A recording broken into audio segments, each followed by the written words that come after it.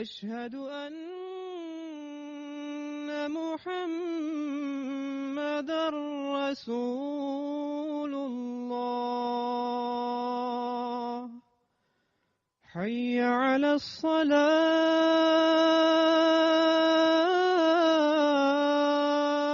الصلاة. حي على الصلاة.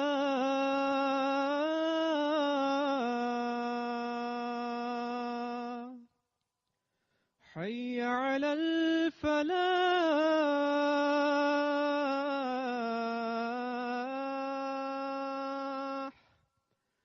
حي على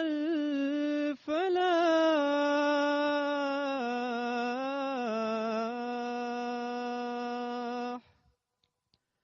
الله أكبر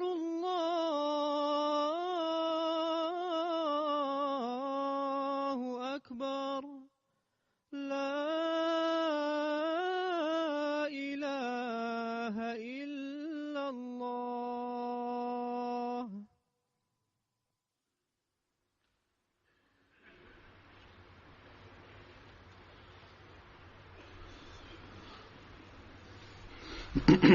अस्सलामु अलैकुम रहमतुल्लाह।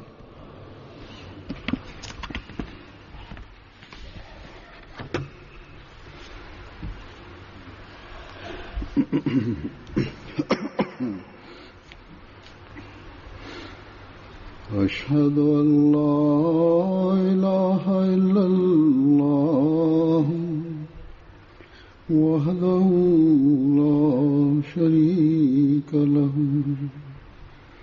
وأشهد أن محمدًا عبده ورسوله. أما بعد فأعوذ بالله من الشيطان الرجيم. بسم الله الرحمن الرحيم. الحمد لله رب العالمين. الرحمن الرحيم. مالك يوم الدين. إياك نعبد وإياك نستعين. اهدنا الصراط المستقيم. صراط الذين أنعمت عليهم غير المغضوب عليهم ولا الضالين. أفلا ينظرون إلى الإبل كيف خلقت وإلى السماء كيف رفعت وإلى الجبال كيف نصبت وإلى الأرض كيف سطحت.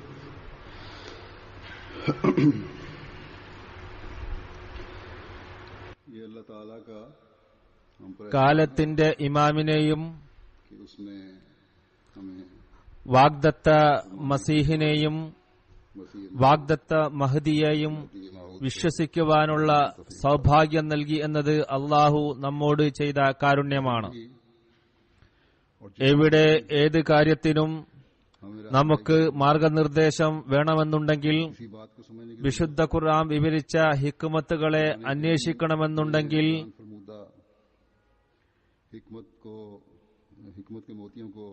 ഹിക്മത്തിന്റെ മുത്തുകളെ അന്വേഷിക്കണമെന്നുണ്ടെങ്കിൽ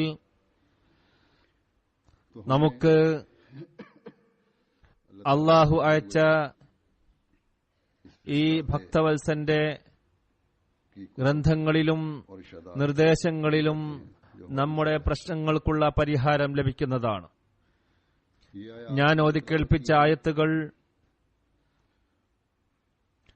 ജുമുഅയിൽ കൂടുതലും നമ്മൾ പാരായണം ചെയ്യുന്നതാണ്. രണ്ടാമത്തെ റക്അത്തിൽ നാം ഇത് ഓതാറുണ്ട്.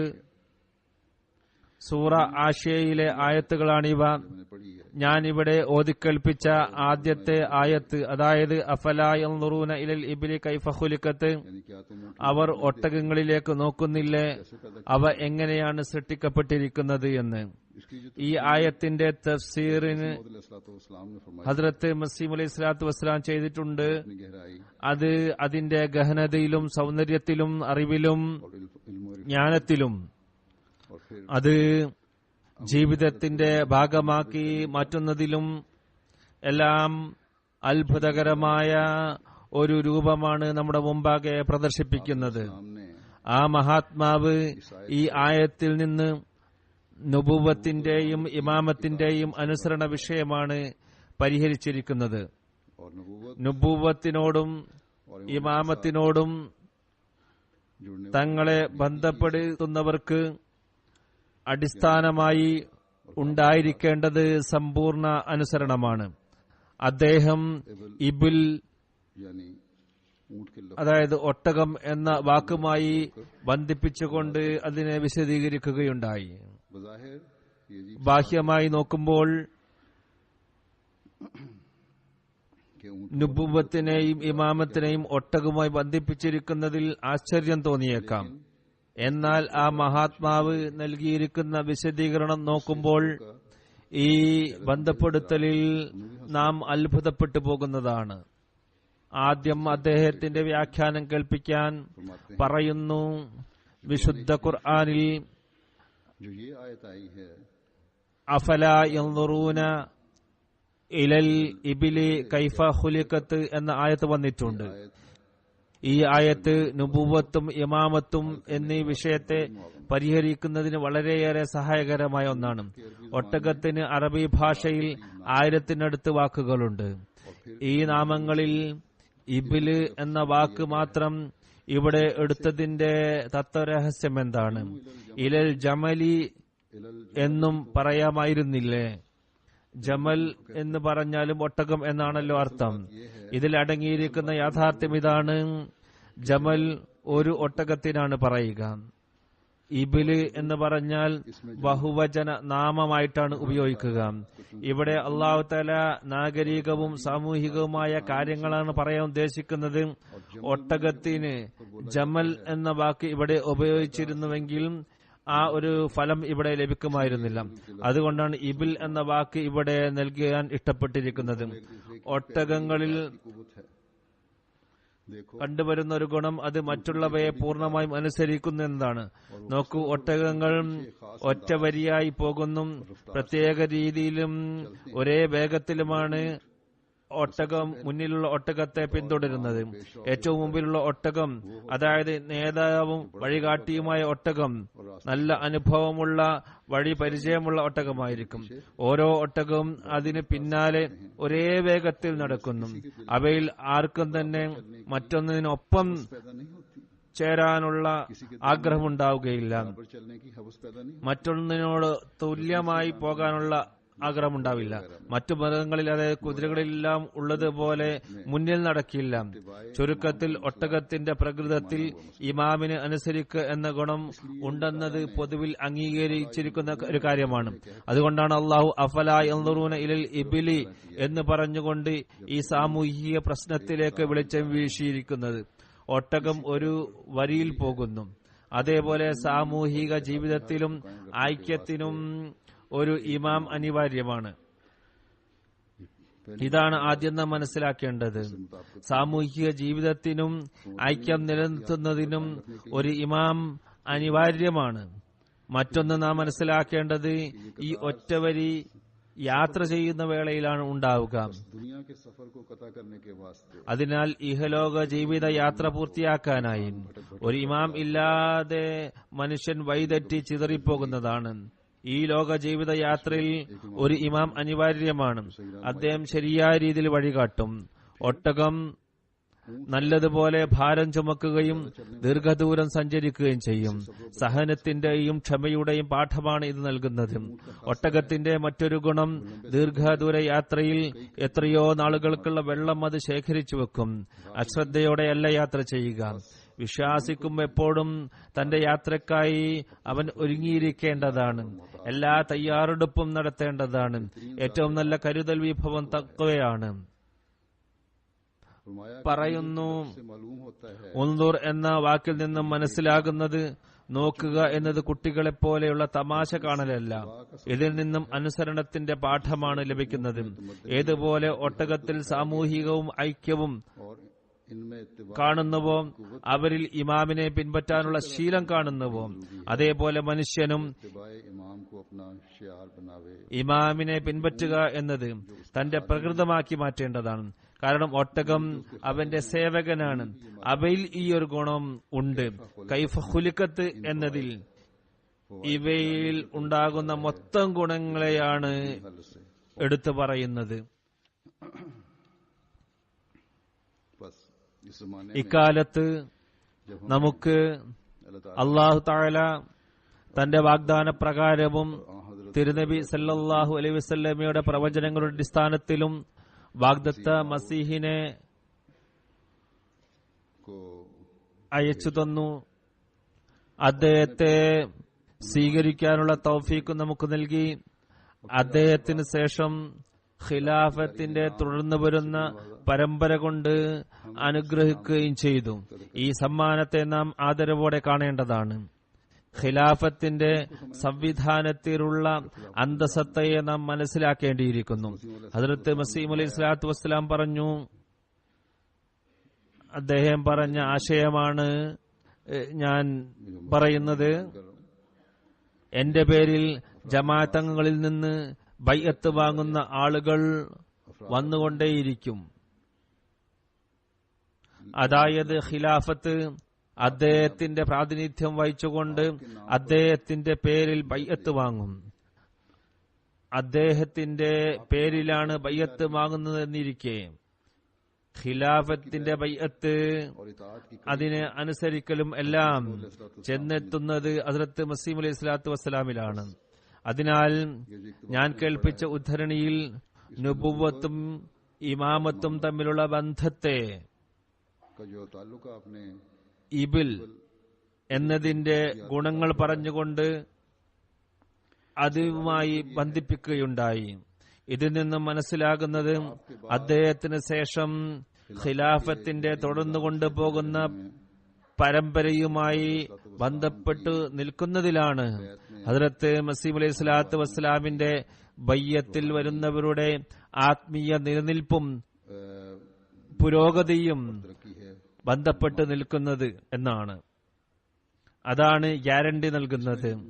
ജമാഅത്തിന്റെ വിജയം നാം ഖിലാഫത്തിന്റെ സംവിധാനവുമായി ബന്ധപ്പെട്ട് നിൽക്കുമ്പോഴാണ് ലഭിക്കുന്നത്. പൈശാചിക അക്രമങ്ങളിൽ നിന്നും രക്ഷപ്പെടാനുള്ള മാർഗവും ഇതിലാണുള്ളത്. തിരുനബി സല്ലല്ലാഹു അലൈഹി വസല്ലം പറഞ്ഞു, ഇമാം നിങ്ങളുടെ പരിചയാണ്. അതിനാൽ ഈ പരിചയക്ക് പിന്നിൽ നിന്നാൽ സുരക്ഷിതരായിരിക്കും. പരിചയ്ക്ക് പിന്നിൽ നിൽക്കുക എന്നതിന്റെ അർത്ഥം സമ്പൂർണ്ണ അനുസരണം പുലർത്തുക എന്നതാണ്. നിങ്ങൾക്ക് വരച്ചു തന്ന അതേ വരിയിൽ ചരിക്കുക, നിങ്ങൾക്കായി നിശ്ചയിച്ചിരിക്കുന്ന ആ വരിയിലൂടെ നടക്കുക. അതിൽ നിന്നും അല്പം തെറ്റിപ്പോയാൽ വഴിപിഴക്കാനും വഴി തെറ്റി അലഞ്ഞു തിരിയാനും സാധ്യതയുണ്ട്. അനുസരണത്തിനായി തിരുനബി സല്ലല്ലാഹു അലൈഹി വസല്ലമയുടെ ചുവടെ കൊടുക്കുന്ന നിർദ്ദേശം ശ്രദ്ധിക്കുക. വമൻ അതാ അമീരി ഫഖദ് അതാനി വമൻ അസാ അമീരി ഫഖദ് അസാനി. എന്റെ അമീറിനെ അനുസരിച്ചവൻ എന്നെ അനുസരിച്ചു, എന്റെ അമീറിനെ ധിക്കരിച്ചവൻ എന്നെ ധിക്കരിച്ചു. തിരുനബി സല്ലല്ലാഹു അലൈഹി വസല്ലം അമീറിനെ അനുസരിക്കാനായി പറഞ്ഞ പല ഹദീസുകളുമുണ്ട്. വിശുദ്ധ ഖുർആനിൽ വിവിധ സ്ഥലങ്ങളിൽ അനുസരണത്തെക്കുറിച്ചും അനുധാവനത്തെക്കുറിച്ചും കൽപ്പിച്ചിട്ടുണ്ട്. കാരണം ജമാഅത്തിന്റെ പുരോഗതിക്ക് ഈ ഒരു തത്വമാണ് നാം അറിഞ്ഞിരിക്കേണ്ടത്. ജമാഅത്തുമായി തങ്ങളെ ബന്ധിപ്പിക്കുന്ന ഓരോരുത്തരും ഇതറിഞ്ഞിരിക്കേണ്ടതാണ്. അതിനാൽ ഈ കാര്യങ്ങൾ ജമാഅത്തംഗങ്ങൾ ശരിയായ രീതിയിൽ അറിഞ്ഞിരിക്കേണ്ടതാണ്. സ്വാതന്ത്ര്യത്തിന്റെ പേരിൽ തെറ്റായ ചിന്തകൾ പ്രകടിപ്പിച്ചുകൊണ്ടിരിക്കുന്ന ഈ കാലത്ത് പ്രത്യേകിച്ചും അറിഞ്ഞിരിക്കേണ്ടതാണ്. ഞങ്ങളിൽ എന്തുകൊണ്ട് പരിധികൾ നിശ്ചയിക്കുന്നു, എന്തുകൊണ്ട് ചില കാര്യങ്ങളിൽ ഞങ്ങൾക്ക് സ്വാതന്ത്ര്യമില്ല എന്നീ ചോദ്യങ്ങളാണ് ഇക്കാലത്ത് ഉയർന്നുകൊണ്ടിരിക്കുന്നത്. ഇത് സംബന്ധമായി ഒരു അഹമ്മദി മുസ്ലിം അറിഞ്ഞിരിക്കേണ്ടത്, ഇസ്ലാം ആവശ്യമുള്ള എല്ലാ സ്വാതന്ത്ര്യവും തന്റെ അനുയായികൾക്ക് നൽകിയിട്ടുണ്ട്. ഇസ്ലാമിനുള്ളത്ര സ്വാതന്ത്ര്യം മറ്റ് മതങ്ങളിൽ ഒരുപക്ഷെ ഉണ്ടാകില്ല, ഇല്ല എന്ന് തന്നെ പറയാം.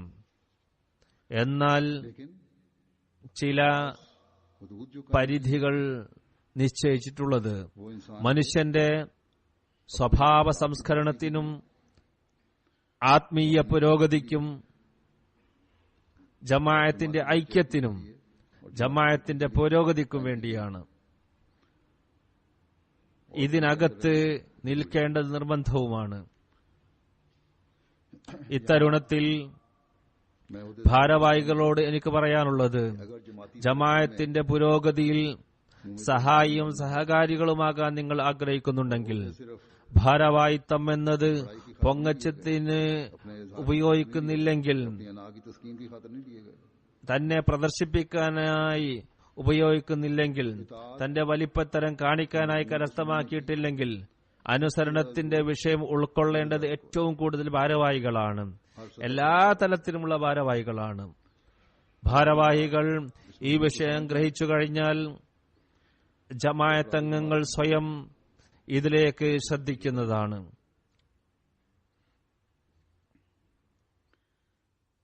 എല്ലാ തലത്തിലും അനുസരണത്തിന്റെ മാതൃക നമുക്ക് കാണാൻ സാധിക്കുന്നതാണ്.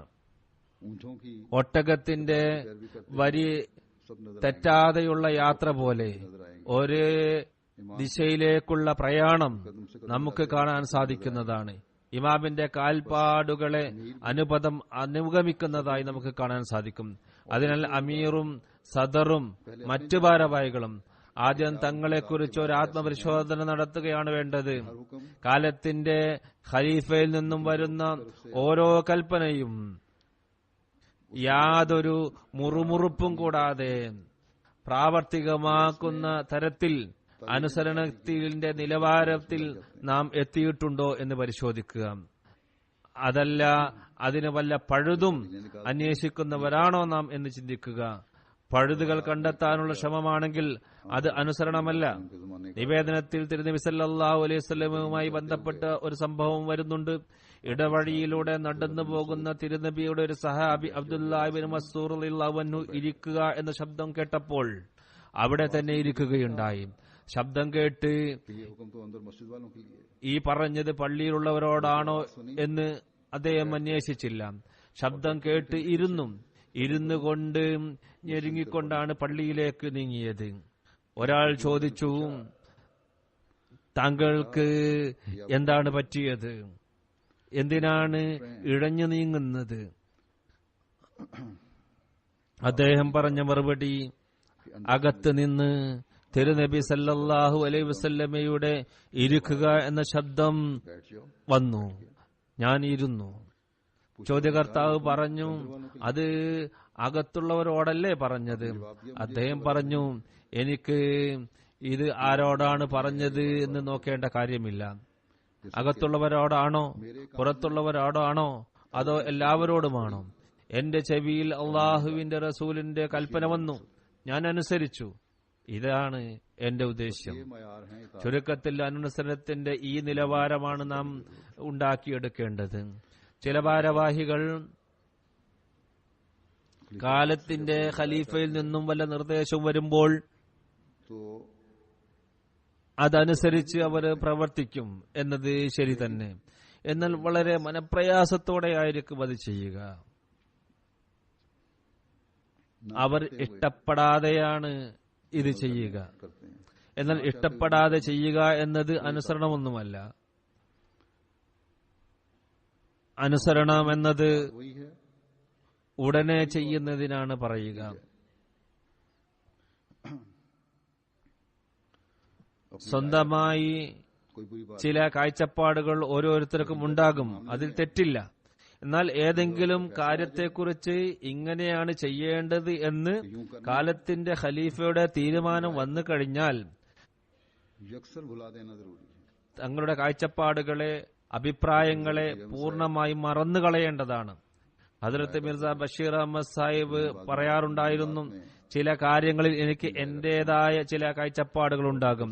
അത് വ്യക്തമായ തെളിവുകൾ നിരത്തിക്കൊണ്ട് എന്റെ അഭിപ്രായം ഖലീഫത്തുൽ മസീഹിന് മുമ്പാകെ സമർപ്പിക്കാറുണ്ട്. എന്നാൽ എന്റെ അഭിപ്രായം തിരസ്കരിക്കപ്പെട്ടാൽ എന്തുകൊണ്ട് ഇത് റദ്ദ് ചെയ്തു എന്ന ചിന്ത പോലും എനിക്ക് ഒരിക്കലും ഉണ്ടാവുകയില്ല.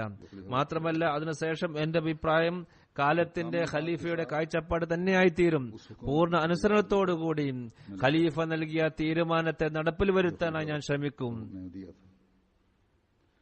ഹദ്രത്ത് മസീഹ് അലൈഹി സ്വലാത്തു വസ്സലാം പറയുന്നു, മയ്യത്ത് കുളിപ്പിക്കുന്നവന്റെ കയ്യിൽ മയ്യത്ത് ഉള്ളതുപോലെ നിങ്ങളെ ഇമാമിന്റെ കയ്യിൽ നിങ്ങൾ ഏൽപ്പിക്കുക. മയ്യത്തിന് അങ്ങോട്ടും ഇങ്ങോട്ടും ചലിക്കുവാൻ കഴിയാത്തത് കാരണം കുളിപ്പിക്കുന്ന ആളാണ് അതിനെ അങ്ങോട്ടും ഇങ്ങോട്ടും ചലിപ്പിക്കുന്നത്. ഇതേപോലെ സമ്പൂർണ്ണ അനുസരണം പുലർത്തുന്നവർ ചെയ്യേണ്ടത് തങ്ങളെ ഇമാമിന്റെ കൈകളിൽ സമർപ്പിക്കുക. ഈ സ്ഥാനം കരസ്ഥമാക്കി കഴിഞ്ഞാൽ മാത്രമേ ബൈഅത്തിന്റെ പ്രതിജ്ഞ നിറവേറ്റുന്നവരായി നാം മാറുകയുള്ളൂ. അപ്പോഴാണ് അല്ലാഹുവും റസൂലും പറഞ്ഞ അനുസരണത്തിന്റെ നിലവാരം കരസ്ഥമാക്കുന്നവരായി മാറുകയുള്ളൂ. അതിനാൽ ബൈഅത്തിന്റെ പ്രതിജ്ഞ ചെയ്ത നമ്മിൽ ഓരോരുത്തർക്കും അവരുടെ ചിന്താഗതി ഇതാക്കി മാറ്റി പ്രവർത്തനത്തിലൂടെ ഇതിനുള്ള തെളിവ് സമർപ്പിക്കേണ്ടിയിരിക്കുന്നു. നമ്മുടെ മാതൃക നവാഗതർക്കും നമ്മുടെ മക്കൾക്കുമായും സമർപ്പിക്കേണ്ടിയിരിക്കുന്നു. യുവ തലമുറയുടെ മുമ്പിലും മുതിർന്നവർ ഈ മാതൃക കാണിക്കണം. മുതിർന്നവർ ഈ രീതിയിലുള്ള മാതൃക കാണിക്കുക, യുവതലമുറയും അവരുടെ മക്കളും ഇത് കണ്ടു പഠിക്കട്ടെ. ഏറ്റവും കൂടുതൽ ഈ പദവി പ്രകടമാക്കേണ്ടത് ഓരോ തലത്തിലുമുള്ള മുകളിൽ നിന്നും താഴെ വരെയുള്ള ഓരോ ഭാരവാഹിയുമാണ്. ഇവിടെ ചിലരുടെ ചിന്താമണ്ഡലങ്ങളിൽ ചിലപ്പോഴൊക്കെ ഉദിച്ചുയരുന്ന ഒരു ചോദ്യമുണ്ട്. എനിക്ക് ലഭിച്ചിരിക്കുന്ന ചില കാര്യങ്ങൾ ശരിയാണെങ്കിൽ, ചോദ്യങ്ങൾ ശരിയാണെങ്കിൽ അതിനെക്കുറിച്ചാണ് ഞാൻ പറയുന്നത്. അതായത് സമ്പൂർണ്ണ അനുസരണം അപകടത്തിലേക്കാണ് നമ്മെ നയിക്കുക. ഇങ്ങനെ ഇവിടെയുള്ളവർ ചിന്തിക്കാൻ കാരണം, അതായത് സമ്പൂർണ്ണ അനുസരണം അപകടകരമായ അവസ്ഥയിലേക്ക് നമ്മളെ കൊണ്ടെത്തിക്കുമെന്നുള്ളത്. ഇവിടെ ജർമ്മനിയിൽ ഹിറ്റ്ലർ തന്റെ എല്ലാ കൽപ്പനകളും നിർബന്ധിച്ച് അംഗീകരിപ്പിക്കുകയുണ്ടായി. അങ്ങനെ ഡിക്റ്റേറ്ററായി വാണു. इसलिए दूसरे जंग ഇത് കാരണമാണ് രണ്ടാം ലോക മഹായുദ്ധത്തിൽ ജർമ്മനിയുടെ പരാജയം जर्मनी की शिकस्त भी हुई, സംഭവിച്ചത് എന്ന് ഇവിടെ ഉള്ളവർ അംഗീകരിക്കുന്നു. उसकी उठानी पड़ी. ജർമ്മനിക്ക് നഷ്ടം സഹിക്കേണ്ടി വന്നത് അതുകൊണ്ടാണ് എന്ന് അവർ അംഗീകരിക്കുന്നു. ഇവിടെ ഞാൻ ഓരോ അഹമ്മദിയോടും ഓരോ നവാഗതനോടും ഓരോ യുവാവിനോടും വ്യക്തമാക്കാൻ ആഗ്രഹിക്കുന്ന കാര്യം, ഇമാമത്തും ഖിലാഫത്തും അതേപോലെ ഡിക്റ്റേറ്റർഷിപ്പും തമ്മിൽ വലിയ അന്തരമാണുള്ളത്. ഖിലാഫത്ത് കാലത്തിന്റെ ഇമാമിനെ അംഗീകരിച്ചതിന് ശേഷമാണ് നിലവിൽ വന്നത്. അള്ളാഹുവിന്റെ വാഗ്ദാനപ്രകാരമാണ് നിലവിൽ വന്നത്. ഓരോ വിശ്വാസിയും തങ്ങൾ ഖിലാഫത്തിന്റെ സംവിധാനത്തെ നിലനിർത്തും എന്ന പ്രതിജ്ഞയും ചെയ്യുന്നുണ്ട്. ദീനിൽ ഒരു നിർബന്ധവുമില്ല. സസന്തോഷം മതം സ്വീകരിച്ചിരിക്കെ ദീനിന്റെ നിലനിൽപ്പിനായി ഖിലാഫത്തിന്റെ സുസ്ഥിരതക്കായി ഒരഹമ്മദി ചെയ്യുന്ന പ്രതിജ്ഞയെ പാലിക്കേണ്ടതും അനിവാര്യമാണ്.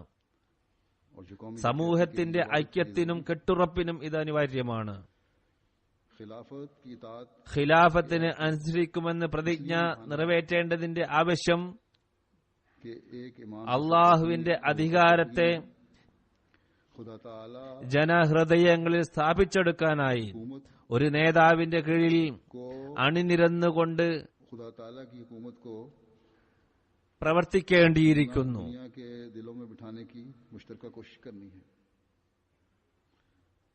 മറ്റ് മുസ്ലിങ്ങൾക്ക് ഇമാമില്ല, എന്നാൽ जमात अहमदिया जो है की कोशिशें जो हैं ഖിലാഫത്തിന്റെ കീഴിൽ അഹമ്മദിയ മുസ്ലിം ജമാഅത്ത് ചെയ്തുകൊണ്ടിരിക്കുന്ന പ്രവർത്തനങ്ങളുടെ പരിണിത ഫലം इनकी कामयाबी പറയുന്നത് ഇസ്ലാമിന്റെ യഥാർത്ഥ അധ്യാപനത്തോടൊപ്പം हकीकी तालीम दूसरे मुसलमानों के पास भी है. ഇസ്ലാമിന്റെ യഥാർത്ഥ അധ്യാപനം മറ്റു മുസ്ലിങ്ങളുടെ കൈവശവുമുണ്ട്. എന്നാൽ ഇസ്ലാമിന്റെ യഥാർത്ഥ അധ്യാപനത്തോടൊപ്പം इन नताइज ഇതിന്റെ സൽഫലം ലഭിക്കുന്നത്, വിജയം ലഭിക്കുന്നത് खिलाफत की ഖിലാഫത്തിന്റെ ചരടിൽ കോർത്തതു കാരണമാണ്.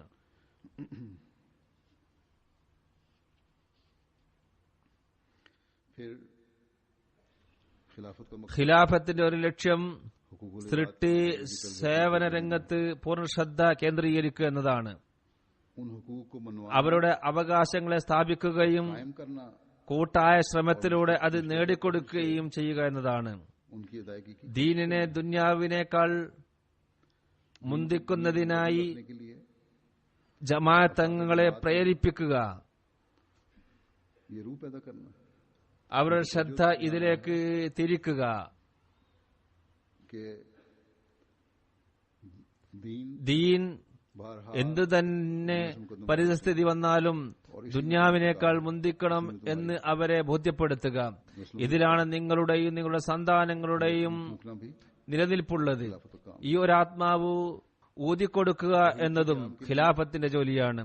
തൗഹീദിന്റെ സ്ഥാപനത്തിനായി സമ്പൂർണ്ണ പരിശ്രമവും ये भी खिलाफत ഖിലാഫത്തിന്റെ ജോലിയാണ്. എന്നാൽ ഭൗതിക നേതാക്കന്മാരുടെ ലക്ഷ്യം ഭൗതിക കാര്യങ്ങളാണ്. इनकी ഇവർക്ക് ഭൗതികമായ हुकूम इनको तो अपनी दुनियावी हुकूम അവരുടെ അതിർത്തികളെ को വിപുലീകരിക്കുകയാണ് ജോലി. इनका അതിനായാണ് അവർ എപ്പോഴും ചിന്തിച്ചുകൊണ്ടിരിക്കുക.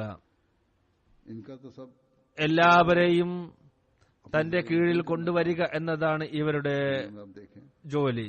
अपने मुल्क ഭൗതിക ലോകത്ത് നോക്കുക, തങ്ങളുടെ നാടിന്റെ അതിർത്തികൾക്കപ്പുറത്തുള്ള രാജ്യങ്ങളെ പിടിച്ചടക്കാനാണ് ശ്രമിക്കുന്നത്. ഡിക്റ്റേറ്ററുകളായാലും രാഷ്ട്രീയ ഭരണകൂടങ്ങളായാലും ശരി, दुनियावी लोगों को ഭൗതികരായവരുടെ ജോലി ഇതാണ്.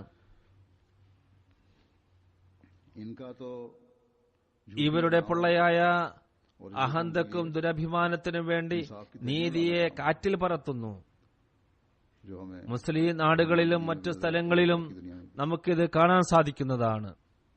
कौन सा ഏത് ഡിക്റ്റേറ്ററാണ് തന്റെ പ്രജകളോട് വ്യക്തിബന്ധം പുലർത്തുന്നതായിട്ടുള്ളത്. കാലത്തിന്റെ ഖലീഫക്ക് का तो दुनिया में ലോകത്ത് വ്യാപിച്ചു കിടക്കുന്ന ഓരോ സമൂഹത്തിലും हर नस्ल के अहमदी നാട്ടിലുമുള്ള അഹമ്മദികളുമായി വ്യക്തിപരമായ ബന്ധമുണ്ട്. അവരുടെ വ്യക്തിപരമായ കത്തുകൾ അദ്ദേഹത്തിന് വരുന്നു.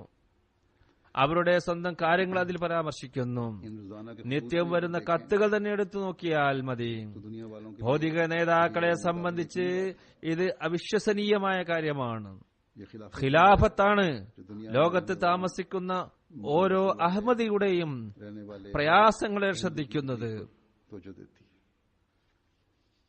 इनके लिए അവർക്കായി കാലത്തിന്റെ ഖലീഫ ദുആ ചെയ്യുന്നു. कौन सा ഭൗതിക നേതാക്കന്മാരിൽ जो बीमार രോഗികൾക്കായി പ്രാർത്ഥിക്കുന്നവരാരുണ്ട്? कौन सा लीडर പെൺകുട്ടികളുടെ വിവാഹത്തിനായി അസ്വസ്ഥമായി बच्चियों के रिश्ते ദുആ ചെയ്യുന്ന ഭൗതിക നേതാക്കന്മാരാരുണ്ട്? कौन सा കുട്ടികളുടെ जो जिसको फिक्र हो बच्चों വിദ്യാഭ്യാസത്തെക്കുറിച്ച് हुकूमत बेशक तालीमी इदारे भी വ്യാകുലപ്പെടുന്ന ഏത് ഭൗതിക നേതാവാണുള്ളത്? സർക്കാർ വിദ്യാഭ്യാസ സ്ഥാപനങ്ങൾ തുറക്കുന്നു എന്നത് ശരി തന്നെ. ആരോഗ്യ കേന്ദ്രങ്ങളും തുറക്കുന്നുണ്ട്, വിദ്യാഭ്യാസം നൽകുന്നു. എന്നാൽ കുട്ടികളുടെ വിദ്യാഭ്യാസം, ഈ ലോകത്ത് വ്യാപിച്ചു കിടക്കുന്ന കുട്ടികളെ കുറിച്ചുള്ള ചിന്ത फिक्र ഇന്ന് കാലത്തിന്റെ ഖലീഫക്കാണുള്ളത്.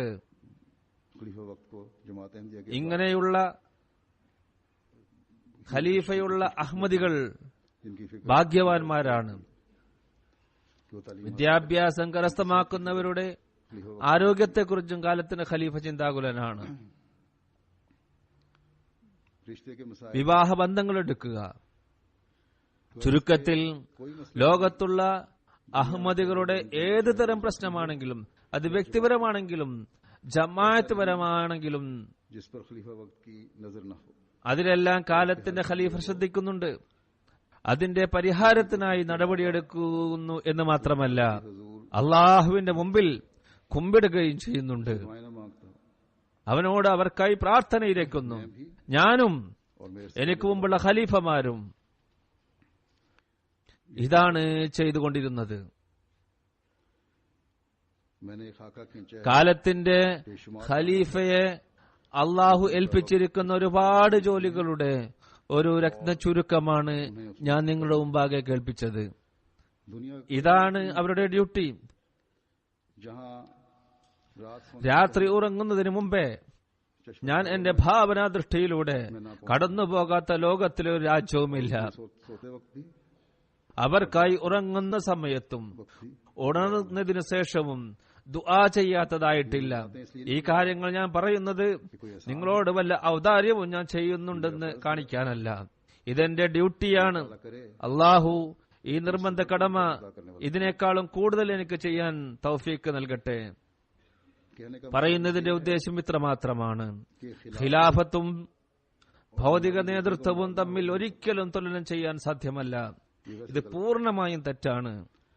ചിലപ്പോൾ से ഭൗതിക നേതാക്കന്മാരോട് ഞാൻ സംസാരമധ്യേ എനിക്ക് നിത്യവും വരുന്ന കത്തുകളെക്കുറിച്ച് പരാമർശിക്കുമ്പോൾ हैरान होते हैं അത് വ്യക്തികളുടെയും അതേപോലെ ഔദ്യോഗികമായ കത്തുകളെയും കുറിച്ചെടുത്ത് പറയുമ്പോൾ അവര് അത്ഭുതപ്പെട്ട് ചോദിക്കാറുണ്ട്, ഇതെങ്ങനെയാണ് സാധിക്കുന്നത് എന്ന്. അതിനാൽ ഇവിടെ താരതമ്യം ചെയ്യുന്ന പ്രശ്നമേ ഉദിക്കുന്നില്ല. ചിലരുടെ മറ്റൊരു തെറ്റിദ്ധാരണ കൂടി അകറ്റാൻ ഞാൻ ആഗ്രഹിക്കുന്നു. ഇതിനെക്കുറിച്ച് ബയ്യത്തിന്റെ നിബന്ധനകൾ എന്ന ഖുത്ബ പരമ്പരയിൽ ഞാൻ വിശദീകരിക്കുകയുണ്ടായി. ഓരോ അഹമ്മദിയും खलीफा वक्त കാലത്തിന്റെ ഖലീഫയോട് അദ്ദേഹത്തിന്റെ എല്ലാ മഅറൂഫായ തീരുമാനങ്ങളും അംഗീകരിക്കുന്നതാണെന്ന് പ്രതിജ്ഞ ചെയ്യാറുണ്ട്. ചിലർ മനസ്സിലാക്കുന്നത് മഅറൂഫ് എന്നതിന്റെ വ്യാഖ്യാനം അവർ സ്വയം ചെയ്യുന്നതാണ് എന്നാണ്. അവർ മനസ്സിലാക്കേണ്ടത് മഅറൂഫ് എന്നതിന്റെ നിർവചനം അള്ളാഹുവും അവന്റെ റസൂൽ സല്ലല്ലാഹു അലൈഹി വസല്ലം ചെയ്തിട്ടുണ്ട്. ഈ നിർവചനം മുമ്പേ ഉള്ളതാണ്. മഅറൂഫായ തീരുമാനം എന്ന് പറയുന്നത് जो कुरान ഖുർആന്റെയും സുന്നത്തിന്റെയും അടിസ്ഥാനത്തിലുള്ളതാണ്. जिस खिलाफत ने हजरत सल्लल्लाहु अलैहि वसल्लम की पेशगोई के मुताबिक തിരുനബി സല്ലല്ലാഹു അലൈഹി വസല്ലമയുടെ പ്രവചനപ്രകാരം അലാ മിൻഹാജ് നുബുവത്തിന്റെ അടിസ്ഥാനത്തിൽ നിലവിൽ വന്ന ഈ ഖിലാഫത്ത്, जो നുബുവത്ത് സ്ഥാപിച്ച മാർഗത്തിലൂടെ ചലിക്കേണ്ട ഈ ഖിലാഫത്ത് इस्लाम के മാത്രമല്ല ഹദ്റത്ത് മസീഹ് അലൈഹി സ്വലാത്തു വസ്സലാമിന്റെ ഉദ്ധരണികളുടെ വെളിച്ചത്തിൽ അദ്ദേഹത്തിന്റെ പ്രവർത്തനങ്ങളെ മുന്നോട്ട് നയിക്കുന്ന ഈ ഖിലാഫത്ത് എന്നെന്നും നിലനിൽക്കുന്നതാണ്. ആ ഖിലാഫത്ത് ഖുർആനും സുന്നത്തിനും വിരുദ്ധമായി ഒന്നും ചെയ്യുകയില്ല, ചെയ്യാൻ കഴിയുകയില്ല. മഅറൂഫ് എന്നതുകൊണ്ട് ഇവിടെ ഇതാണ് ഉദ്ദേശിക്കുന്നത്. അതിനാൽ അനുസരിക്കുകയല്ലാതെ മറ്റൊരു പഴുതുമാർക്കുമില്ല. അതല്ലെങ്കിൽ कुरान और सुन्नत से जो इख्तिलाफ അഭിപ്രായ ഭിന്നതയുള്ളവർ കാലത്തിന്റെ ഖലീഫയുടെ തീരുമാനം വിശുദ്ധ ഖുർആന്റെയും ഹദീസിന്റെയും എതിരിലാണ് എന്ന്, या ये भी बता दूं ഇന്ന പ്രവൃത്തി ഖുർആനും സുന്നത്തിനും എതിരാണ് എന്ന് തെളിവുകൾ സമർപ്പിച്ചുകൊണ്ട് പറയട്ടെ. कि खुलफाए ഇവിടെ മറ്റൊരു കാര്യം കൂടി വ്യക്തമാക്കാൻ ഞാൻ ആഗ്രഹിക്കുകയാണ്. തിരുനബി സല്ലല്ലാഹു അലൈഹി വസല്ലം ഇപ്രകാരം കൂടി പറഞ്ഞിരുന്നു, ഖുലഫായ റാഷിദീങ്ങളുടെ തീരുമാനവും പ്രവർത്തികളും നിങ്ങൾ അനുസരിക്കേണ്ടതാണ്, അതനുസരിച്ച് പ്രവർത്തിക്കുക. തീരുമാനം തെറ്റാണെന്ന് തെളിയിക്കാൻ നോക്കുമ്പോൾ പലതും നിങ്ങൾക്ക് ആദ്യം ചിന്തിക്കേണ്ടതായി വരും. ജമാഅത്തിൽ നിന്നുകൊണ്ട് വല്ലതും പറയണമെന്നുണ്ടെങ്കിൽ അദബിന്റെ പരിധിയിൽ നിന്നുകൊണ്ട് കാലത്തിന്റെ ഖലീഫക്ക് എഴുതാവുന്നതാണ്. എഴുതാനുള്ള അനുവാദമുണ്ട്. അങ്ങുമിങ്ങും പറഞ്ഞു നടക്കാനുള്ള അനുവാദമാണ് ഇല്ലാത്തത്. അങ്ങുമിങ്ങും കിംവദന്തികൾ പറഞ്ഞു പരത്തരുത്. മനസ്സിലാക്കുന്നവർ തെറ്റായാണ് മനസ്സിലാക്കിയതെങ്കിൽ ഖലീഫയെ വക്ത് അത് തിരുത്തി കൊടുക്കും. ഈ തെറ്റിനെ ജമാഅത്തിന്റെ മുമ്പാകെ വെക്കേണ്ടതുണ്ടെങ്കിൽ എന്ന് അദ്ദേഹം മനസ്സിലാക്കുകയാണെങ്കിൽ അത് മുഴുവൻ ജമാഅത്തിനോടും പറയുന്നതുമാണ്. ജമാഅത്ത് പുരോഗതി കൈവരിച്ചുകൊണ്ടിരിക്കുമ്പോൾ കപടവിശ്വാസികൾ അവരുടെ പ്രവൃത്തി ത്വരിതപ്പെടുത്തുന്നു. അസൂയാലുക്കൾ अपना काम करते हैं. അവരുടെ പ്രവൃത്തി തുടരുന്നു. खिलाफत से सच्ची ഖിലാഫത്തിനോട് യഥാർത്ഥ ആത്മസമർപ്പണം എന്ന് പറയുന്നത് ഇവരുടെ പദ്ധതികളെ എല്ലാ നിലക്കും തറപറ്റിക്കുക എന്നതാണ്. खिलाफत से जो बज़नियां बात पैदा ഖിലാഫത്തിനെ കുറിച്ച് ദുർധാരണ ഉണ്ടാക്കാൻ ശ്രമിക്കുന്നവരെ തങ്ങളുടെ അടുത്തു പോലും വരാൻ അനുവദിക്കാതിരിക്കുകയും ചെയ്യുക. बस मौलवी शेर अली ഹദ്റത്ത് മൗലവി ഷേർ അലി സാഹിബിന്റെ ഒരു സംഭവമുണ്ട്. जो कुरान करीम का വിശുദ്ധ ഖുർആന്റെ തർജ്ജമ ഇംഗ്ലീഷിൽ ചെയ്യാൻ അദ്ദേഹം ലണ്ടനിൽ വരികയായിരുന്നു. तो बम्बई മുംബൈയിൽ നിന്നാണ് അദ്ദേഹം യാത്ര പുറപ്പെട്ടത് എന്നാണ് തോന്നുന്നത്. ലണ്ടനിൽ എത്തിയപ്പോൾ വെള്ളിയാഴ്ച വന്നു. ജമാഅത്ത് അദ്ദേഹത്തോട് അപേക്ഷിച്ചു, ഇന്ന് ജുമുഅയാണ്, आप जुमा ഖുത്ബ താങ്കൾ നൽകണം. कादियान താങ്കൾ കാദിയാനിൽ നിന്നും വന്നതാണ്, സ്വഹാബിയാണ്. താങ്കളിൽ നിന്നും ഞങ്ങൾക്കും അനുഗ്രഹം കരസ്ഥമാക്കാൻ കഴിയുമല്ലോ. ജമാഅത്തിലുള്ളവർ ആരും അദ്ദേഹത്തെ കണ്ടിരുന്നില്ല, അറിയുകയില്ല. അദ്ദേഹത്തിനും ആരെയും പരിചയമുണ്ടായിരുന്നില്ല. അദ്ദേഹം ഖുത്ബ നൽകി. എന്നിട്ട് പറഞ്ഞു, നോക്കൂ, നിങ്ങൾക്ക് എന്നെ അറിയില്ല, ചിലർ എന്നെ നേരത്തെ കണ്ടിട്ട് പോലുമില്ല. നിങ്ങൾ എന്നെ ഖുത്ബയ്ക്കായി നിർത്തി ഇപ്പോൾ ഇന്ന് നിങ്ങളുടെ ഇമാമാക്കി. इस्लामी ഇസ്ലാമിന്റെ അധ്യാപനം कि अगर इमाम നമുക്ക് നൽകുന്ന പാഠം, पढ़ाते ഇമാമിൽ നിന്ന് നമസ്കരിക്കുമ്പോൾ വല്ല തെറ്റും വന്നുപോയാൽ നിങ്ങൾ സുബ്ഹാനല്ലാ എന്ന് പറയണമെന്നാണ്.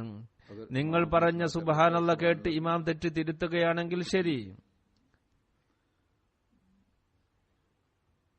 तुम्हारा काम अगर वो इस्लाम ഇനി അതല്ല, अमल जारी रखता है ആ തെറ്റ് തിരുത്താതെ कामिल തുടരുകയാണെങ്കിൽ നിങ്ങളുടെ പ്രവൃത്തി അദ്ദേഹത്തെ പൂർണ്ണമായും പിൻപറ്റിക്കൊണ്ട് അദ്ദേഹം ചെയ്യുന്നത് പോലെ ഇരിക്കുകയും എഴുന്നേൽക്കുകയും ചെയ്യുന്നതാണ്.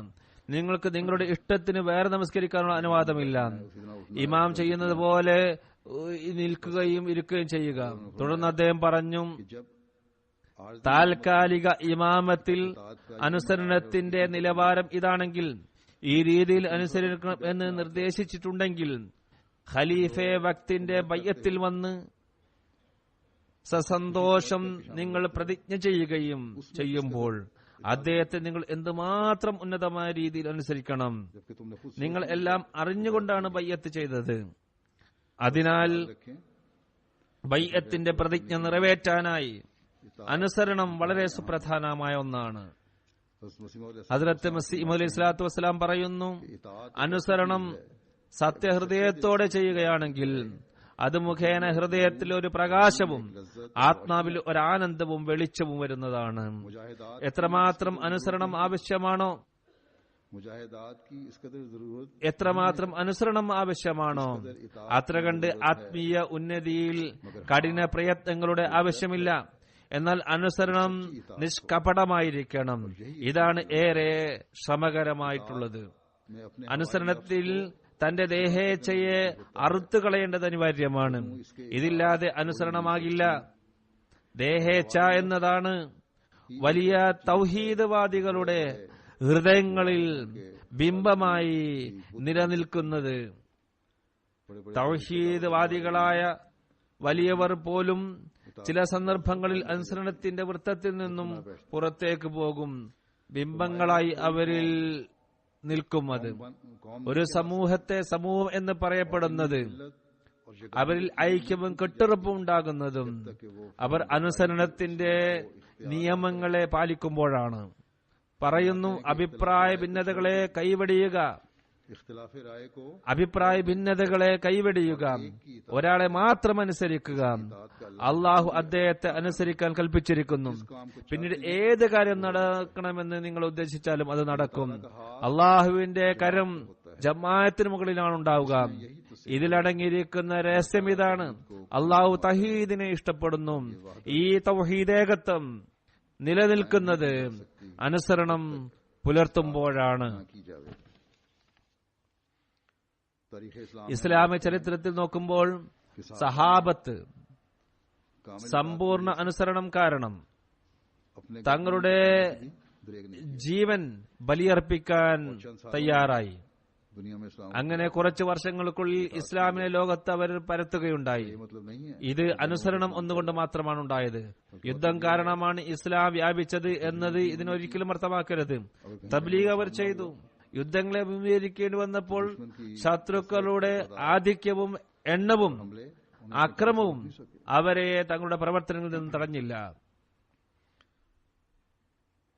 ഇതാഅത്തിന്റെ ആത്മാവ് അവരിൽ ഉള്ളതിനാൽ വലിയ സൈന്യത്തിന്റെ മുമ്പിൽ വരെ അവർ നിറയുറപ്പിച്ചു നിന്നു.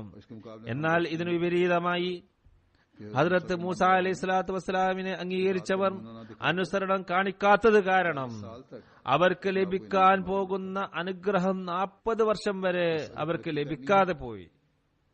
അതിനാൽ പുരോഗതി കൈവരിക്കണമെന്നുണ്ടെങ്കിൽ ഈ കാലത്ത് തർബിയത്തിന്റെ ജിഹാദും अपनी तरबियत का जिहाद है, और फिर जो वो जिहाद है തബ്ലീഗ് മുഖേന നടക്കുന്ന ജിഹാദും എല്ലാം കാലത്തിന്റെ ഖലീഫയുടെ പിന്നിൽ നിന്നുകൊണ്ടാണ് ചെയ്യേണ്ടത്. അദ്ദേഹത്തെ അനുസരിച്ച് ചെയ്യണം. ഹദ്റത്ത് മസീഹ് അലൈഹി സ്വലാത്തു വസ്സലാം ഇബിൽ എന്നതിനെ ഉദാഹരിച്ച് പറഞ്ഞ രീതിയിൽ, അതായത് ഒട്ടകത്തെ ഉദാഹരിച്ചുകൊണ്ട് പറഞ്ഞ രീതിയിൽ നാം പ്രവർത്തിക്കണം. അനുസരണം തന്റെ പ്രകൃതമാക്കി മാറ്റണം. ഓരോ വസ്തുവിലും ഇമാമിനെ അനുസരിക്കുന്നതിന് മുൻതൂക്കം നൽകണം.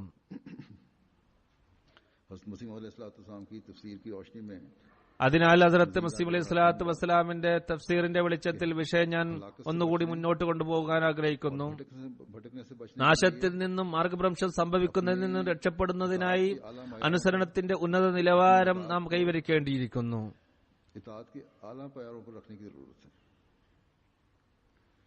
ഖിലാഫത്തിനോട്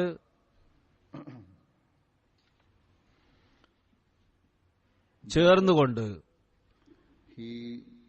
ക്ഷമയോടെ പ്രയാസങ്ങൾ തരണം ചെയ്യാൻ സാധിക്കുന്നതാണ്.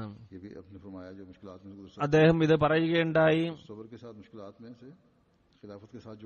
പ്രയാസങ്ങൾ തരണം ചെയ്യാൻ ഖിലാഫത്തുമായി ബന്ധപ്പെടേണ്ടിയിരിക്കുന്നു.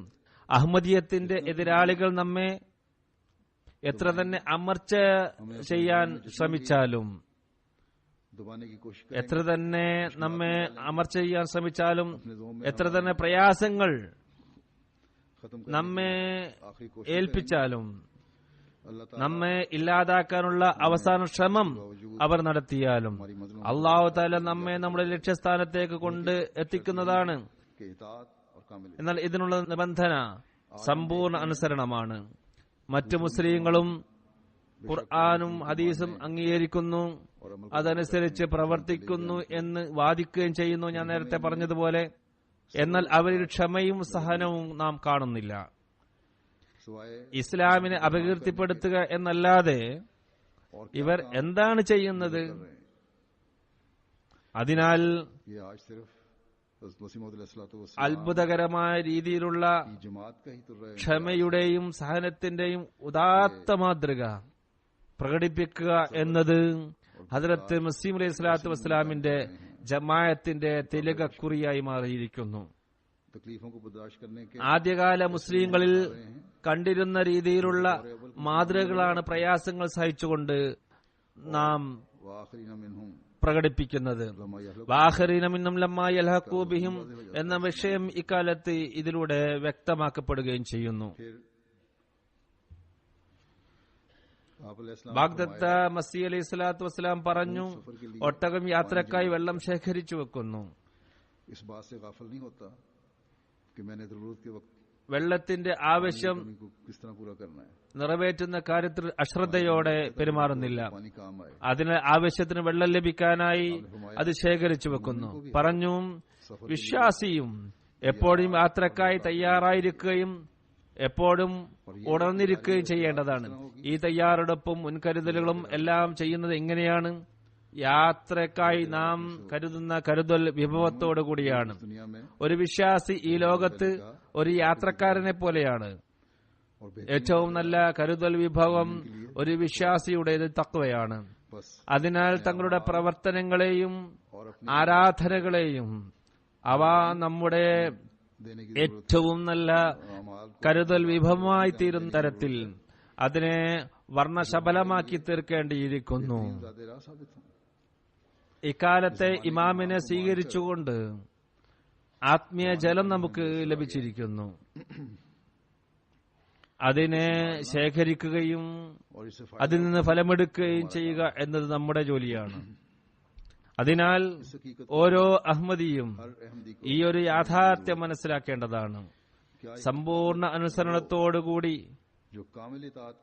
ഇമാമെ വക്തിന്റെ കാര്യങ്ങൾ കേൾക്കുകയും അതനുസരിച്ച് പ്രവർത്തിക്കുകയും ചെയ്യുന്നവർ എത്രമാത്രം ഭാഗ്യവാന്മാരാണ്.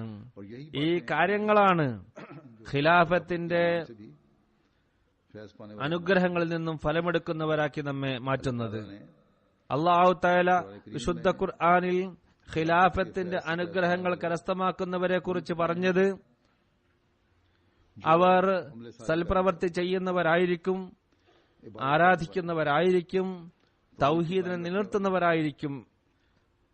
ഇവരാണ് തഖ്വയിൽ ചരിക്കുന്നവർ എന്നാണ്.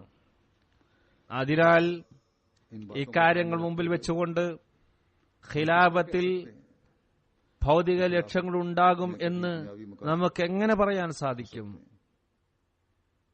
ഖിലാഫത്തും ഭൗതികരെ പോലെ ആണ് എന്ന് എങ്ങനെ പറയാൻ കഴിയും? ഭൗതിക ലക്ഷ്യം കരസ്ഥമാക്കുന്നവർക്ക് ആത്മീയവുമായി ഒരു ബന്ധവും ഇല്ല. അവർ എല്ലാ ഭൗതിക സന്നാഹങ്ങളോടുകൂടിയും ചിലപ്പോൾ വിജയിക്കാറില്ല. അവരുടെ ഭൗതിക ലക്ഷ്യം പൂർത്തിയാവുകയില്ല. വിജയം എന്നത് ലക്ഷ്യം നേടുക എന്നതാണല്ലോ, അത് അവർക്ക് ലഭിക്കാറില്ല. എന്നാൽ അള്ളാഹുവിന്റെ പ്രീതി കരസ്ഥമാക്കുന്നവരുടെയും തഖ്വയിൽ ചരിക്കുന്നവരുടെയും ലക്ഷ്യം ഭൗതികതയല്ല, അതിലെ വിജയ പരാജയങ്ങളല്ല.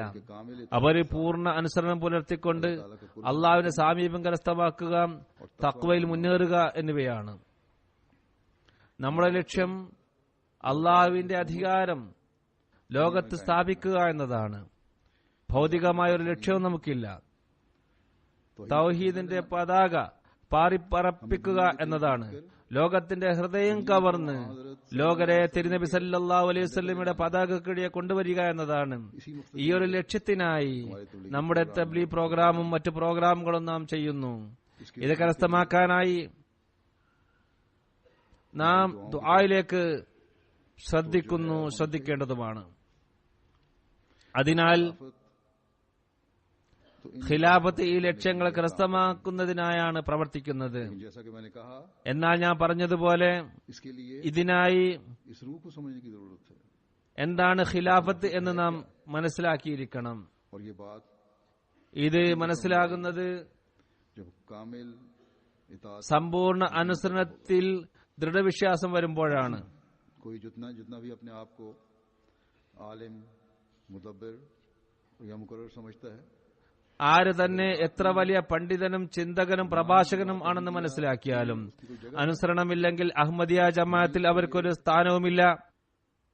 അവരുടെ അറിവും ബുദ്ധിയും ലോകത്തിന് ഒരു ഗുണവും നൽകുകയില്ല.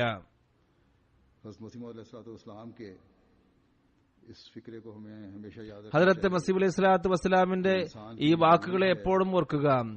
ഇമാമിനെ അനുസരിക്കുക എന്നത് തങ്ങളുടെ പ്രകൃതിയാക്കി മാറ്റേണ്ടത് മനുഷ്യന് അനിവാര്യമാണ്.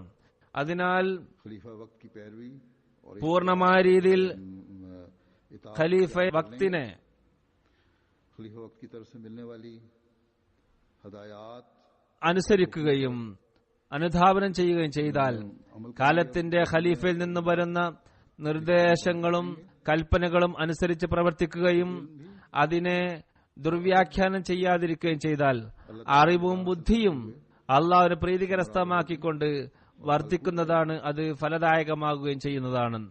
ഹദരത്ത് മസീഹ് അലൈഹി സ്വലാത്തു വസ്സലാം इस तफसीर पर बुनियाद रखते हुए നൽകിയ തഫ്സീറിന്റെ അടിസ്ഥാനത്തിൽ ഞാൻ ഓതിക്കേൾപ്പിച്ച മറ്റ് ആയത്തുകളെ കുറിച്ച് ചിന്തിച്ചാൽ ഈ ആശയം ഒന്നുകൂടി വ്യക്തമാകുന്നതാണ്.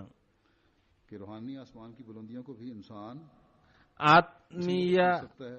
നഭോമണ്ഡലത്തിലെ ഉന്നതമായ ആകാശത്തെ മനുഷ്യന് സ്പർശിക്കാൻ കഴിയുന്നത് അത്തിഉല്ലാഹ വഅത്തിഉർ റസൂല വഉലിൽ അംരി മിൻകും എന്ന വിഷയം മനസ്സിലാക്കുമ്പോഴാണ്. ഞാൻ പറഞ്ഞതുപോലെ ഭാരവാഹികൾ തങ്ങളെ समझकर ഉലിൽ അമ്രായി കണ്ട് തങ്ങളെ അനുസരിപ്പിക്കാൻ മറ്റുള്ളവരെ നിർബന്ധിക്കണമെങ്കിൽ അവർ ആദ്യം കാലത്തിന്റെ ഖലീഫയുടെ എല്ലാ കൽപ്പനകളും പൂർണ്ണമായും അനുസരിക്കുന്നവരായി മാറണം. से परहेज नहीं करते. ആ കൽപ്പനകൾക്ക് ദുർവ്യാഖ്യാനങ്ങൾ ചെയ്യരുത്. ഖലീഫയെ വക്തിന്റെ ഓരോ വാക്കും തങ്ങൾക്ക് അനുസരണത്തിനുള്ളതായി മനസ്സിലാക്കി അതനുസരിച്ച് പ്രവർത്തിക്കുക. ചിലപ്പോൾ ചില കാര്യങ്ങൾ അന്വേഷണത്തിനായി അയക്കാറുണ്ട്. तो पहले ये कोशिश അപ്പോൾ ആദ്യമായി അവർ ശ്രമിക്കാറുള്ളത് ആരാണ് ഈ പരാതി നൽകിയത് എന്ന് കണ്ടുപിടിക്കാനാണ്. देखा जाए कि वो बात सच है പരാതിപ്പെട്ട കാര്യങ്ങൾ ശരിയാണോ തെറ്റാണോ എന്ന് അന്വേഷിക്കുക ആകില്ല അവർ ചെയ്യുന്നത്. അന്വേഷണത്തിൽ സത്യമാണെന്ന് കണ്ടാൽ അതിന് പരിഹാരം കാണണം, കുറവുകൾ നികത്താൻ ശ്രമിക്കണം. തെറ്റാണെങ്കിൽ തെറ്റാണെന്ന് റിപ്പോർട്ട് ചെയ്യുക. ആരോ വെറുതെ പറഞ്ഞതാണെന്ന് പറയുക. വിഷയത്തെക്കുറിച്ചുള്ള അന്വേഷണം പിന്നീടാണ് നടത്താറുള്ളത്. എന്നാൽ പരാതിപ്പെട്ടത് ആരാണെന്ന് കണ്ടുപിടിക്കാനാണ് എല്ലാ ഊർജവും ചെലവഴിക്കുക. ആരാണ് പരാതിപ്പെട്ടത്, ആരാണ് ഇത് അറിയിച്ചത്, भेजी जाए, रिपोर्ट के लिए कोई बात भेजी जाए, उस पर तहकीक करें और इतला दें. जहां എന്ന് കണ്ടുപിടിക്കാനല്ല ഓരോ ഭാരവായും അന്വേഷിക്കേണ്ടത്. മറിച്ച് നിങ്ങൾക്ക് വല്ലതിനെ കുറിച്ച് റിപ്പോർട്ട് ചെയ്യാൻ അയച്ചിട്ടുണ്ടെങ്കിൽ ആ വിഷയമാണ് അന്വേഷണ വിധേയമാക്കേണ്ടത്. എന്നിട്ട് അത് അറിയിക്കുക. ഖലീഫെ വക്തിന്റെ ഏതെങ്കിലും കാര്യം നിങ്ങൾക്ക് വ്യക്തമായി മനസ്സിലായിട്ടില്ലെങ്കിൽ ഇതിനെ സ്വയം വിശദീകരിക്കാതെ എന്നോട് എഴുതി ചോദിക്കുക. ഈ കാര്യത്തിന് അല്പം വിശദീകരണം വേണം, ഞങ്ങൾ കാര്യം മനസ്സിലായിട്ടില്ല എന്ന് എഴുതണം. ഇതിന്റെ അർത്ഥം എന്താണ് എന്ന് ചോദിക്കുക. ഓരോ ജമാഅത്തംഗവും സമ്പൂർണ്ണ അനുസരണം പുലർത്തുക. ഓരോരുത്തരും സമ്പൂർണ്ണ അനുസരണം പുലർത്തിയാൽ ആത്മീയ ഉന്നതിയിലേക്ക് ഇൻഷാ അല്ലാഹ് നാം ഉയരുന്നതാണ്. ഈ ആയത്തുകളുടെ അർത്ഥം ഇതാണ്. അള്ളാഹു പറയുന്നു, ആത്മീയ ഉന്നതികളിലേക്ക് കയറുമ്പോൾ പർവ്വതങ്ങൾ ഭൂമിയിൽ നാട്ടപ്പെട്ടതുപോലെ വിശ്വാസവും സുശക്തമായി നാട്ടപ്പെടുന്നതാണ്. വിശ്വാസത്തിന്റെ ഈ സുസ്ഥിരതയുടെയും ആത്മീയ ഉന്നതിയുടെയും പരിണിത ഫലം നിങ്ങൾ ഭൂമിയിൽ ഇസ്ലാമിന്റെ സന്ദേശം കൊണ്ട് വ്യാപിപ്പിക്കുന്നതാണ്. നിങ്ങളുടെ വിജയം മശ്രിക്കിലും മഗ്രിബിലും ഉണ്ടാകും. യൂറോപ്പും ഏഷ്യയും അമേരിക്കയും ആഫ്രിക്കയും എല്ലാം നിങ്ങളുടേതായിത്തീരും. ആസ്ട്രേലിയയിലും യഥാർത്ഥ ഇസ്ലാമിന്റെ പതാക നാട്ടുന്നവർ നിങ്ങളായിരിക്കും. ദ്വീപുകളിലും ഇസ്ലാമിന്റെ പതാക പാറിപ്പറത്തുന്നവർ നിങ്ങളായിരിക്കും. ഇസ്ലാമിന്റെ വ്യാപനവുമായി ബന്ധപ്പെട്ടുകൊണ്ട് ഒരു കാര്യം കൂടി ഞാൻ പറയാൻ ആഗ്രഹിക്കുകയാണ്. ഇവിടെ ഒരാൾ ഒരു ആക്ഷേപം ഉന്നയിക്കുകയുണ്ടായി. അത് കേട്ട് നിങ്ങളിൽ ചിലർ അസ്വസ്ഥരാകുന്നു എന്ന് എനിക്ക് ഇവിടെ കേൾക്കാൻ സാധിച്ചു. ഹദ്റത്ത് മുസ്ലിം മൗഊദ് റളിയല്ലാഹു അൻഹു പറഞ്ഞിരുന്നു, ജർമ്മനി ഫതഹായി കഴിഞ്ഞാൽ യൂറോപ്പ് ഫതഹായി. ജൽസയിൽ ഒരു ബാനറും ഇങ്ങനെ എഴുതി വച്ചിരുന്നു. ഇത് കണ്ട് ആരോ ആക്ഷേപിക്കുകയുണ്ടായി, നിങ്ങൾ ഇവിടെ വന്നത് ജർമ്മനി വിജയിച്ചടക്കാനാണല്ലേ? സ്നേഹത്തിന്റെയും സഹിഷ്ണുതയുടെയും കാര്യങ്ങളാണ് നിങ്ങൾ പ്രത്യക്ഷത്തിൽ പറയുന്നതെങ്കിലും മൂടുപടം അതാണെങ്കിലും വളരെ അപകടകരമായ ലക്ഷ്യമാണ് നിങ്ങൾക്കുള്ളത് എന്ന് ആക്ഷേപിക്കുകയുണ്ടായി. ഇത് ആക്ഷേപിച്ച ആളുടെ അറിവില്ലായ്മയാണ് ഇതിലൂടെ പ്രകടമാകുന്നത്, അതല്ലെങ്കിൽ കുബുദ്ധിയാണ്. കുബുദ്ധിയാണെങ്കിൽ വളരെ ഭയാനകം തന്നെ. ഈ രീതിയിൽ മുസ്ലിങ്ങൾക്കെതിരിലും ജമാഅത്തിനെതിരിലും ഇവിടെയുള്ളവരെ പ്രകോപിപ്പിക്കാനാണ് അദ്ദേഹം ഉദ്ദേശിക്കുന്നത്. എന്നാൽ ഈ കാര്യങ്ങൾ പറഞ്ഞു മനസ്സിലാക്കി കൊടുക്കുന്നവരുടെയും അറിവില്ലായ്മയും അനാവശ്യമായ അസ്വസ്ഥത പ്രകടിപ്പിക്കലും കൂടി ഇതിലൂടെ തെളിയുന്നു. ഈ ആക്ഷേപം കാരണം ഇവിടെ എന്തോ നടക്കുമെന്ന് ഇവിടെയുള്ളവർ ചിന്തിക്കുന്നു.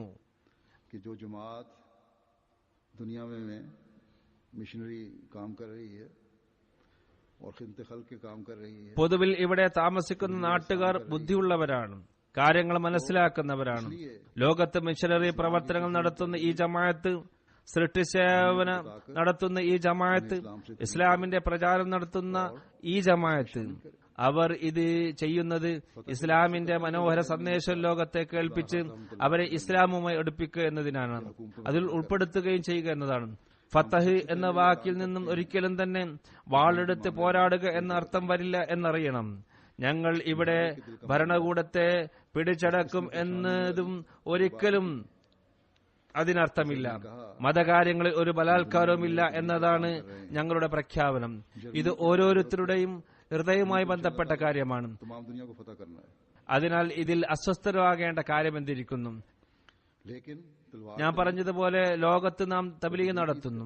ജർമ്മനിയോ യൂറോപ്പോ അല്ല, ഇൻഷാ അല്ലാഹ് ലോകം മുഴുവനും നാം വിജയിച്ചടക്കുന്നതാണ്. എന്നാൽ ഇത് വാളുകൊണ്ടല്ല, ഹൃദയം കീഴ്പ്പെടുത്തിക്കൊണ്ടാണ്. ഇസ്ലാമിന്റെ മനോഹരമായ അധ്യാപനത്തെ ഹൃദയങ്ങൾ നിറച്ചുകൊണ്ടാണ്.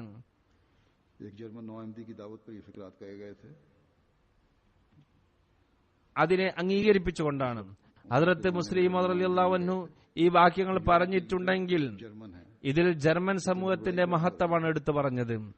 ഒരു നവാഗതനായ ജർമ്മൻകാരന്റെ ദഅവത്തിലാണ് ഈ വാക്കുകൾ പറഞ്ഞത്. അദ്ദേഹത്തിന്റെ കാലത്ത് ഒരു ജർമ്മൻകാരൻ അവിടെ പോയിരുന്നു. അദ്ദേഹം പറഞ്ഞത് യൂറോപ്പിന്റെ നേതാക്കൾ ജർമ്മനിക്കാരാണ്. ഇതവരുടെ മഹത്വമല്ലേ പറയുന്നത്? അവരിൽ നേതൃത്വ പാഠവുമുണ്ട്. ഇവർ ഇസ്ലാമിനെ മനസ്സിലാക്കിയാൽ യൂറോപ്പിനെ ഇവർക്ക് മനസ്സിലാക്കി കൊടുക്കാൻ കഴിയും. യൂറോപ്പ് ഇവരുടെ കാര്യങ്ങൾ കേൾക്കുന്നതാണ്. ഹദ്റത്ത് മുസ്ലിം മൗഊദിന്റെ ഈ കാര്യം സത്യമാണ്. ഇത് ശരിയാണെന്ന് ഇന്ന് തെളിയുന്നു. യൂറോപ്യൻ യൂണിയനിൽ വന്നിട്ടുണ്ട്. അതിൽ ജർമ്മനി നേതാക്കളുടെ കഴിവുകളാണ് തെളിഞ്ഞു വരുന്നത്. എല്ലാവരും അവരിലേക്കാണ് നോക്കുന്നത്. ഇവിടെ വാളിന്റെയോ നിർബന്ധത്തിന്റെയോ ഒരു പ്രശ്നം തന്നെ ഉദിക്കുന്നില്ല. ഇസ്ലാമിന്റെ സ്നേഹത്തിന്റെയും സൗഹാർദ്ദത്തിന്റെയും അധ്യാപനം, അള്ളാഹുമായി ബന്ധപ്പെടുന്നതുമായി ബന്ധപ്പെട്ട അധ്യാപനം, ഇത് ഇവിടെ പറയുന്നു, കേൾപ്പിക്കുന്നു. ഈ അധ്യാപനങ്ങളെ ജനഹൃദയങ്ങളിൽ കുടിയിരുത്തുന്നതിനെ കുറിച്ചാണ് ഇവിടെ പറയുന്നത്. 2 ദിവസം മുമ്പ് മിൻസ് ബാദനിൽ മസ്ജിദിന്റെ ശിലാസ്ഥാപനമുണ്ടായിരുന്നു. അവിടെ 400-ൽ കൂടുതൽ പ്രദേശവാസികളായ ജർമ്മൻകാർ വന്നിരുന്നു. ഞാൻ കുറഞ്ഞ സമയം കൊണ്ട് ഇസ്ലാമിന്റെ മനോഹരമായ അധ്യാപനങ്ങൾ അവരെ പറഞ്ഞു കേൾപ്പിച്ചു. ഓരോരുത്തരും പറഞ്ഞത്, ഈ സന്ദേശം ഞങ്ങളുടെ ഹൃദയത്തിന്റെ ശബ്ദമാണ്. ഇന്ന് ഇസ്ലാമിനെ മനസ്സിലാക്കാനുള്ള അവസരമാണ് ഞങ്ങൾക്ക് ലഭിച്ചത് എന്നാണ്. അതിനാൽ നാം അള്ളാഹുവിനോട് സഹായം തേടിക്കൊണ്ട് ആത്മാർത്ഥതയോടും കൂറോടും കൂടി നാം നമ്മുടെ പ്രവൃത്തി ചെയ്യുകയാണെങ്കിൽ ഇവരിൽ നിന്നോ ഇവരുടെ വരും തലമുറയിൽ നിന്നും ഇസ്ലാമിനെ മനസ്സിലാക്കുന്നവരും ഇതിൽ പ്രവേശിക്കുന്നവരും ഉണ്ടാകും. അള്ളാഹു ഉദ്ദേശിക്കുന്നവർക്ക് ഇത് സ്വീകരിക്കാനുള്ള തൗഫീഖ് നൽകുന്നതാണ്. അതിനാൽ ഭയപ്പെടേണ്ട ഒരു ആവശ്യമില്ല, അസ്വസ്ഥതയുടെ ആവശ്യമില്ല, നാം പ്രതിരോധിക്കേണ്ട ആവശ്യവുമില്ല.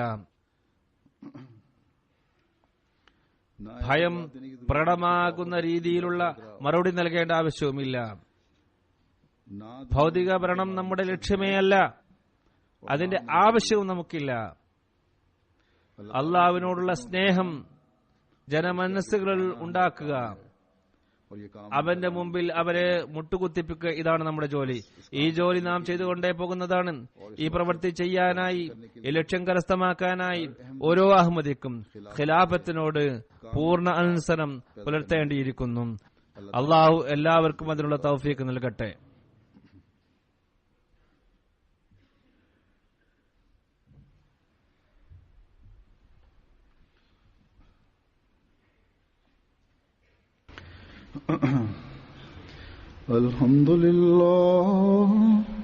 Alhamdulillah nahmaduhu wa nasta'inuhu wa nastaghfiruhu wa nu'minu bihi wa natawakkalu alayhi wa na'udhu billahi min shururi anfusina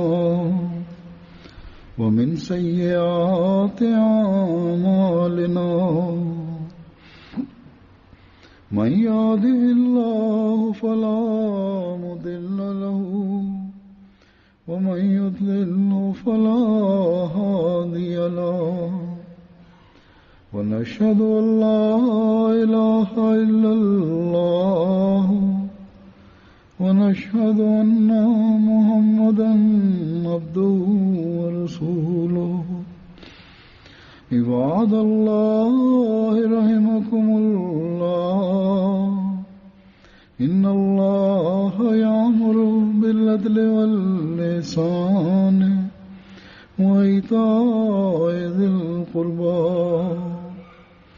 وينهى عن الفحشاء والمنكر والبغي يعظكم لعلكم تذكرون.